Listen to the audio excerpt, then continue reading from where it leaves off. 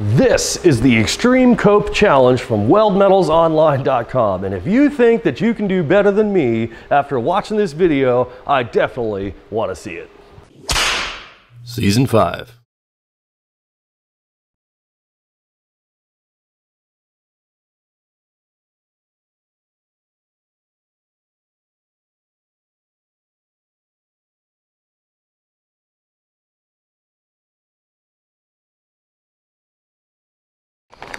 Now, the instructions on this kit are actually pretty straightforward. You can find them on weldmetalsonline.com. It's what is it, 1, 2, 3, 4, 5, 6 piece kit. The idea behind this, you got to set it up, you can tack the first piece together, then you got to set it up stationary or static, tack that in place, follow the full welding procedure, and build the whole part. But the challenge of it all is where it's static, like it's totally tacked in one place. We can't even move it, right? So we have to move our body around the piece. If we want to be like strict about it or, you know, super awesome, we're gonna not walk to the other side of the table to weld it. We're gonna hang ourselves over just like we were working on a roll cage. Now, if we want to be super really awesome, like welder of the week, we're going to do every single weld 360 degrees in the exact same direction, but also following the procedure. So this thing is horrifically addicting, and I challenge you to do better than me. Here's what I've got while I get all this set up here. We've got some filler wire. I am a S-2 kind of guy. So I got ER70 S-2 045. I got a pile of tungstens here, and yes, I'll be keeping track of them to show you how many I went through or whatever. I'm gonna be honest about it. So like I said, we're gonna see who can do better than me on this one. That's part of the challenge, right? Maybe a community effort here. I also have the Rotoflex torch from AHP. We're rocking the new AHP 201 machine here. I got an extra back cap just in case I need it for grip, because I rock 2 of them, but the Rotoflex torch should be really nice in getting in and out of these really tight spaces and all the rest of that good stuff. So the instructions state very specifically that we can run the first tack on there. Obviously, you know, can't be static, you can't tack it to it or whatever the case is, but we're gonna set the first one up however we feel like it. I really like these because they're like super friggin' laser etched out, like clean. Right, perfect fit. You can't blame the metal. I really like that part. So I'm just gonna set up real quick. These are all 095, so I've got, what, 100 amps running on it. Well, maybe we'll tweak it somewhere in between there. I don't know yet.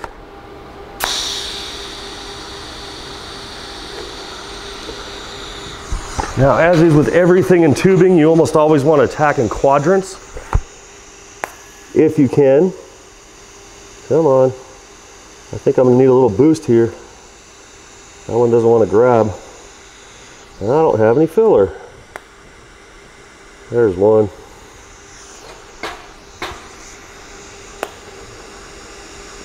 There's one.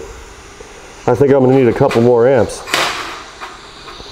But this one, while it's up here, I can definitely get this. Just throw a little dabby in there. That section's probably going to look like crap, but oh well. We're in quadrants. Now, I know very specifically here, we can set this up wherever we want in any orientation, right? The rules are still gonna stay the exact same. So really gotta think about this, how I want this set up. Where exactly do I wanna go with this? So I think I'm just gonna be like hardcore, and I'm gonna put it on regularly so that way it feels like I'm really in a roll cage like I normally would be. So here goes, no cheating, right? We can put it on there. We can't take it off till we're done.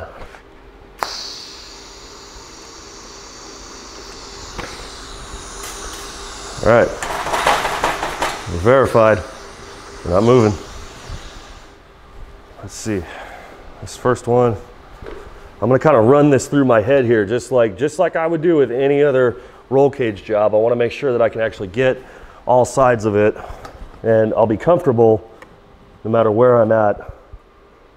And I can run the whole thing, you know. So right now I feel like I got it. I'm gonna get really comfortable here, right? I want to have my torch nice and balanced, light and fluffy, because we have to rotate our torch around the tube, right? If we come up like this, it's gonna blow out that way, and we're not gonna have any control over this whatsoever. So it's gonna be really tricky here. I also like to count my dabs. I want to make sure that I have the exact same amount of dabs on every single pass that I can make. And if I start feeling like I'm going out of position, I'm just going to stop.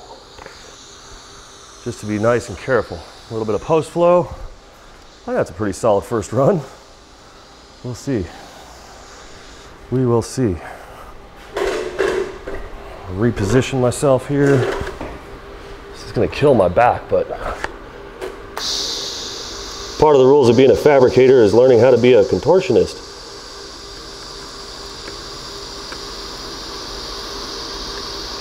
Oh, losing my finesse there. I tackled that gap pretty well though. Kind of hard to tell it's there still. It's a really nice roto flex torch, so that means I can dig it in under here. I'll bet you I can take that. I can do that swing right there.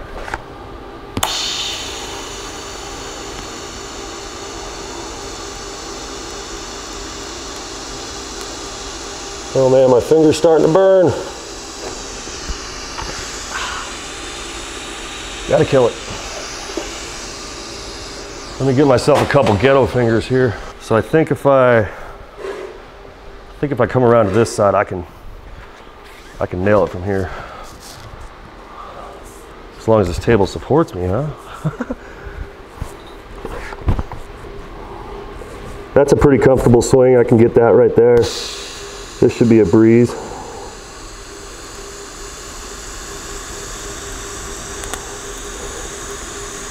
That is a tungsten. I just tipped it. Nick's looking at me. He's like, wait a minute. You gotta switch that one. You're counting, right? One. All right. Rules are rules.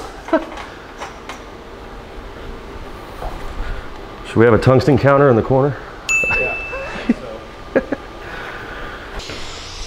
so. Okay, this one, I can run it at least to right here. I can definitely get it to there. Let me see here. I'm gonna go left-footed on my pedal so I can crouch a little bit here. I can definitely make the small run, and then I'll come around here and I'll do that throat there and tie all that in. That should work out really well.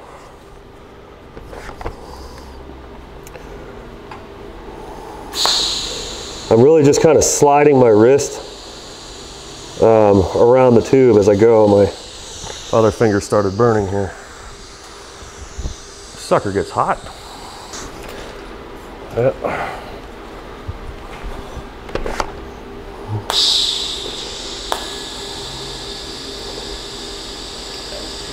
We're not counting that. Hey, don't distract me. Dude, I stopped too damn short. This whole talking to the camera guy thing, I don't know. Should ignore that guy. Yeah, comment down below if should be a mute button for Nick next time.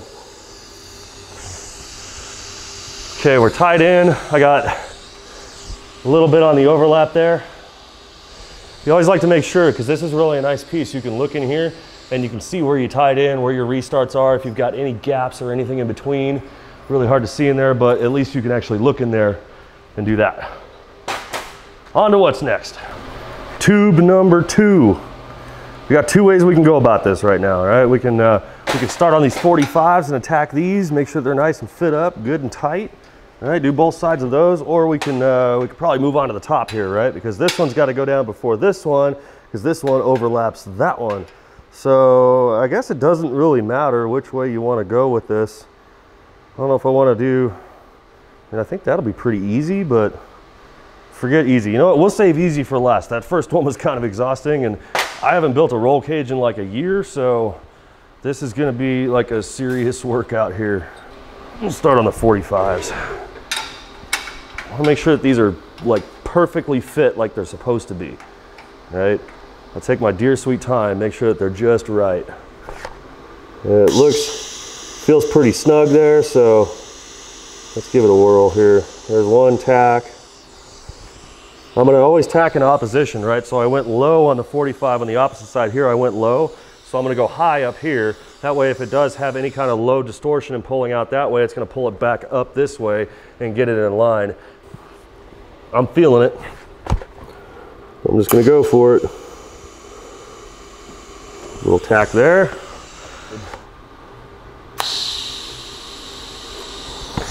Feeling that one. I'm feeling this one.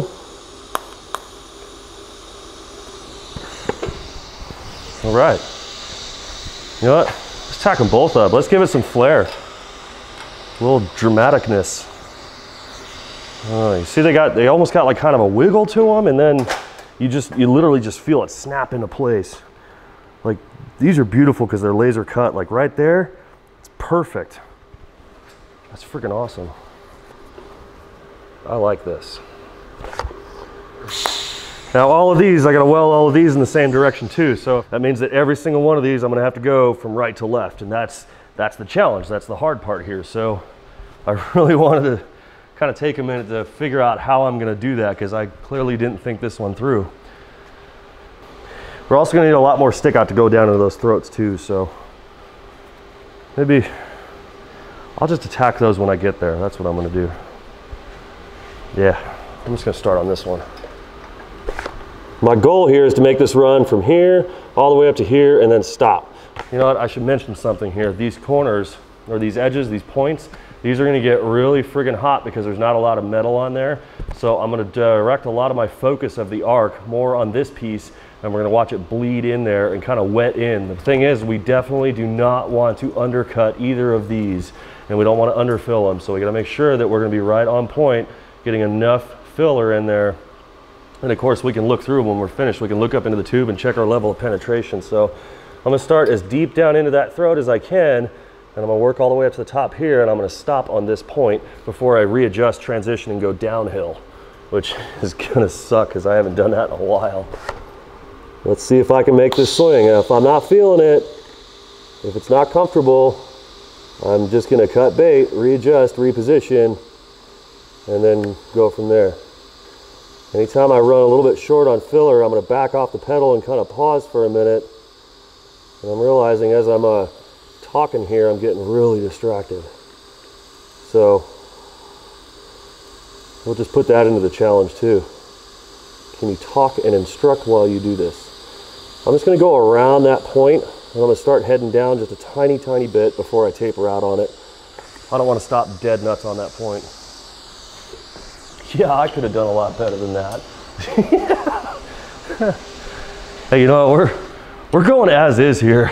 I could have done a lot better than that. Get out of here. Move. Get out of the way. You could have done it. You want to switch roles? No? All right, I'm gonna run it straight down here. I'm gonna go until I lose line of sight on it. And I think I'm gonna have to like do the splits here and kind of stretch this one out. This is gonna be gnarly, so I can make it. I can make it.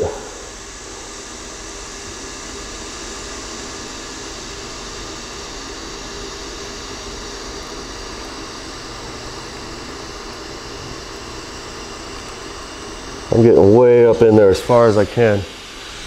There we go. See? 10 times better when I'm not talking.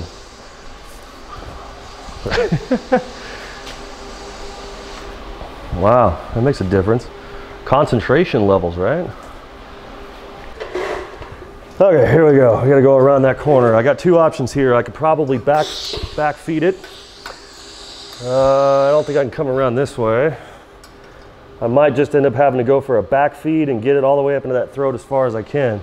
Remember, I can't go back up this way because that's going in the opposite direction of the welds. So this one's probably gonna be one of the more tougher ones. Maybe I can go over. I could probably get a few dabs in that way and then come around and go up. Give yourself lots of practice swings here too. That's another big one, you know? A practice swing is good. When I'm minding the table here, I can't go around it. I'm just gonna give this a go. I feel like I'm gonna sacrifice a tungsten, but I didn't think I was gonna get away with just one. So let's see what I can do here. I wanna make sure I get a good restart and a really good tie in there. And it's looking like I got it, but we'll double check on the other side. Whew. What a workout. I got it. Just barely, but I got it. I'll flip this torch around. I feel that one. Give me some sugar. It gets tough when you try to get these things to bite down in those throats. Roll, come on.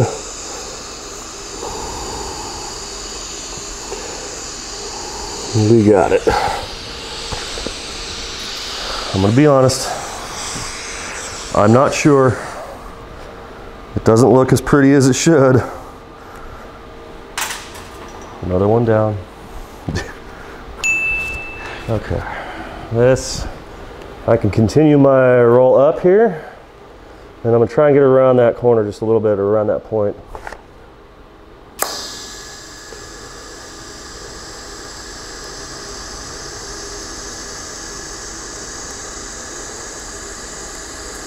Kind of losing line of sight here.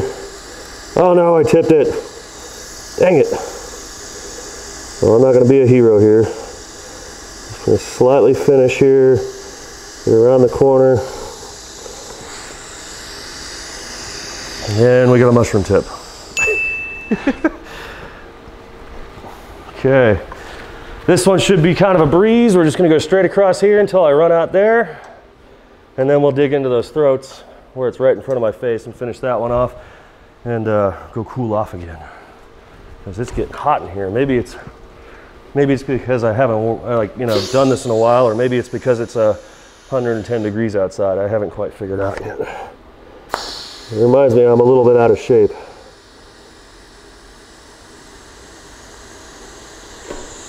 Burning my fingers.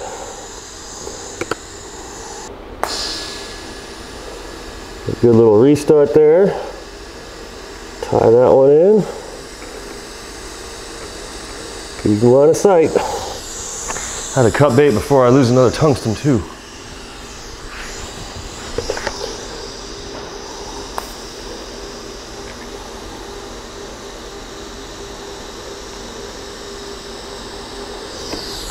That throat is tied there. Final round right here. Trying to catch it just a little bit. I'm gonna go just past my initial start there, taper out on it, and that one is done. All right, I went ahead and welded this other side here, but just because it's like exactly the same, but you can kind of tell where my strong suits are, where I have a lot more heat in one spot versus another one. And of course on the back side, I got this nasty looking booger on there. I got humbled for a second there, but yeah, you know, good straight shots. You know, my verticals need a little attention, but hey, I'm gonna get it. So next up on the list, this guy. This one has to go down before the other one because the other one has a big old friggin' notch in it that we have to have over here. So since we have to weld according to procedure, we're gonna do this one first. Now this, I wanna line it up, you know, just right. Make sure it's good, make sure it's nice and tight. Kind of want it to be, you know, on the same plane, in line, the whole works. I'm feeling it right there. Oh, I totally forgot to mention too, I sacrificed one tungsten on the on this tube down here. So I only have like 5 or 6 of them left right now. I'm hoping to not go through all of them. So we'll make sure that the tungsten counter goes back up there. Make sure we're still right on point. I don't think Nick will let me get away with not announcing that one. Yep. Okay, this one, I'm gonna start over the top of it as far as I can, just because I know that swinging around here is gonna be a little bit difficult and I don't wanna be so far out of comfort or position, you know, trying to get it in here. So I'm just gonna start over the top of it and see how far I can get. This should be no big deal. I can at least swing up to the top here and should be just fine. So as far over as I can get, that's where I wanna be. Nice tight torch height, good, solid, steady movement. Roll my wrist around here, let me reposition. Back on it again. That might have looked like crap, but we'll see when we flip our hood up. You can definitely tell I missed a dab. Oh yeah. Boy, oh boy, I should have done a practice one of these beforehand, huh? Probably. All right, this one, I can definitely make it down. even amount of dabs on this.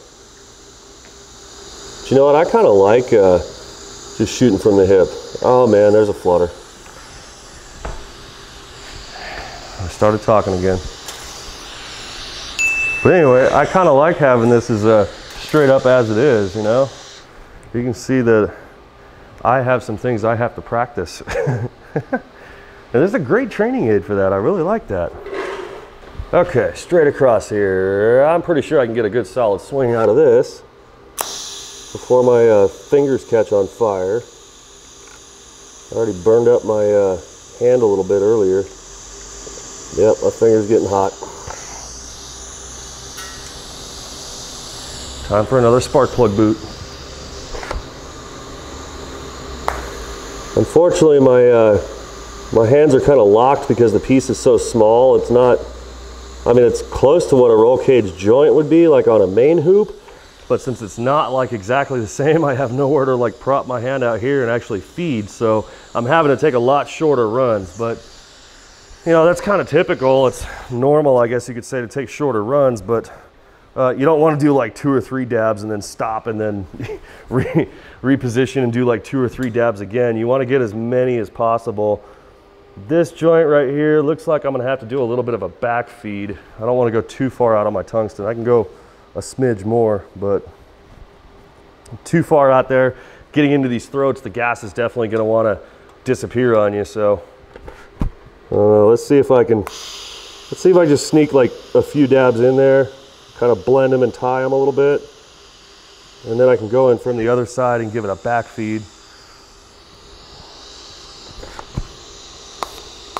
Making sure I don't step out on the wrong side of the table here. I'm just kind of swiveling the torch head a little bit, kind of swinging it a little bit, just to get a couple of dabs in there. We only want a couple of dabs because we're going to kind of get a really long arc going on there. That's going to start fanning out and blowing out the tube. We definitely don't want that. We want to maintain as much strength and integrity of the tube as possible while we run it. So here, I can get at least, I don't know, probably up to here before I start getting really out of whack or really uncomfortable. Not like this is comfortable as it is, but you get the idea. See if I can do this without getting humbled again.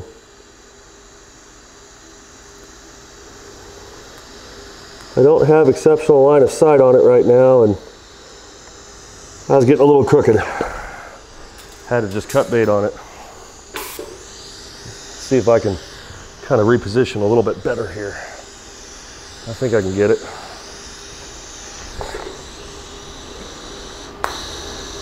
I kind of blew a portion of that tube away there. Now I'm on one. Here we go. Here we go. Dang it. Just like 4 dabs shy right there. Maybe 6. 1, 2, 3, 4, 5, and there's my final. So overlap slightly and get it in there. So now this one, I want to make sure it's sitting just right. Now if I look up inside of there and I can see a gap, it's not sitting right. So be very, very, very picky about it, because this is like make it or break it. I also want to make sure it's still completely in line with the rest of them. You don't want one to be like all wonky out here. That just looks like crap. That's terrible. So I want to make sure it's fit beautifully and in line the way it's supposed to. It's practice, but practicing the best or the most proper way is the best thing you can do. So I can get at least 3 tacks on here. I'm not going to worry about quadrants because one would be way down in that throat, and that's kind of like unrealistic. We don't usually tack the throats. The top here, I'm just going to give myself a little dablet while I send filler rod flying across the shop. Why weren't you standing over there, Nick?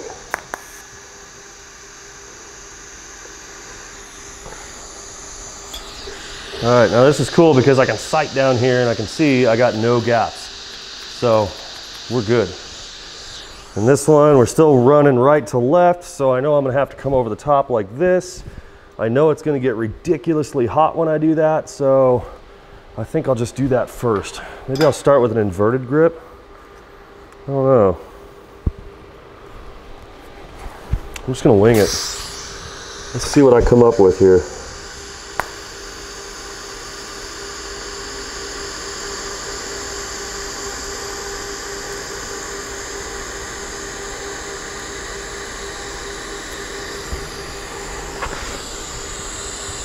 That one wasn't too bad. This little thing gets hot. The torch gets hot. I think I'm spoiled sometimes with a water-cooled torch.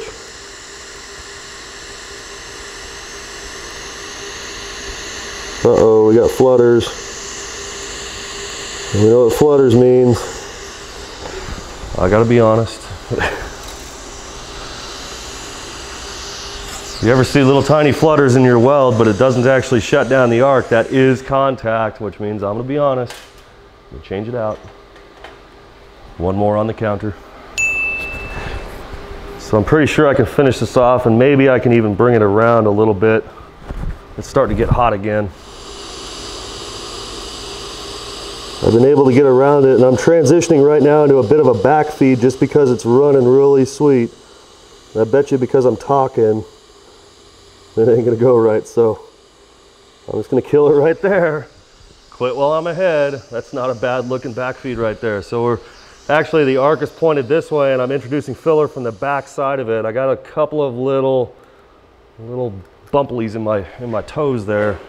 I don't really like that, but hey, it's practice, right? Let's do this. I'm feeling this run right here. This is gonna be my run. Smooth, smooth, smooth. Getting down into the throat, or as far as I can. I'm feeling it. I'm on home stretch here. Just telling myself, don't get too cocky. Gonna fire it into the throat, full throttle, kind of twist it a little bit, allow it to fill. I'm actually watching this side of the weld pool kind of wash in down into the root of there.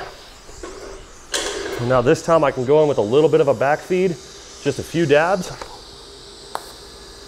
I'm getting a little over anxious right here because I'm on home stretch.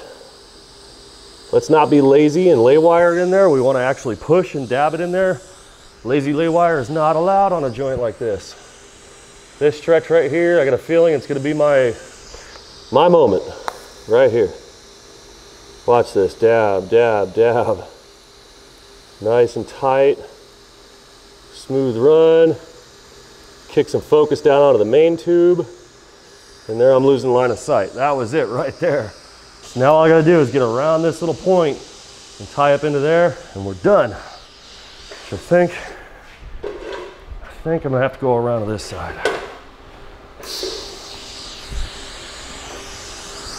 I'm gonna get this right here. I wanna make sure that on this last run, I'm gonna be able to come in here and then get in up over the top there. And there's a little bit, it's a little bit of a gap, not huge, but we can run it. I'm gonna go a little bit slower, a couple less amps, and we're gonna push a bit more filler in there. Hopefully I've got enough. I think I can make this run. But this is a practice piece, so there's only one way to find out. Here it comes. Filler. We'll wash it in there. Tie up. Here we go. Got a little hot. A little extra post flow there. Boom! How many tungstens was that? 6. Was it? It was. 1, 2, 3, 4, 5. Yeah. All right. That was a workout. All right, so I feel a bit humbled after all of this one. This is a seriously awesome piece, right? You get to actually figure out what you're good at, what you're not good at, where you need to practice on, and man, that is a workout. So since it's been a while since I've built a cage or actually done any kind of tube work like that, I mean, I'm like, I need to get back into shape to get this going. So whether you're learning how to do this stuff, this is a great exercise. Whether you haven't done it in a while, this is a great exercise. Whether you want to like keep the membership or ditch it and do this. It's probably cheaper because it's good exercise. So either way, as far as the Alpha TIG is concerned, the 201XD, that thing is solid. I am absolutely pleased with the results that it delivered, and the fact that you got the Nova pedal on there now, that thing is just stout. That just brings that machine to life. So there is a link down in the description below to get this piece right here, along with some really awesome other pieces you can get from weldmetalsonline.com. I really love these guys. So love these pieces, love these parts. You got to try this stuff out. So, but that's going to wrap it up for this episode. I want to thank you guys for watching as always. Make sure you tag me on social media if you run this piece. That's Instagram at the.fabricator and Facebook.com/thefabricatorseries. Definitely love to see what you guys come up with this one. If you can do it better than that, I want to see it. So for sure do that. You can also email us on the fabricationseries.com website. So make sure you subscribe and ring that bell for more future notifications and awesome stuff. And I'll catch you all on the next episode.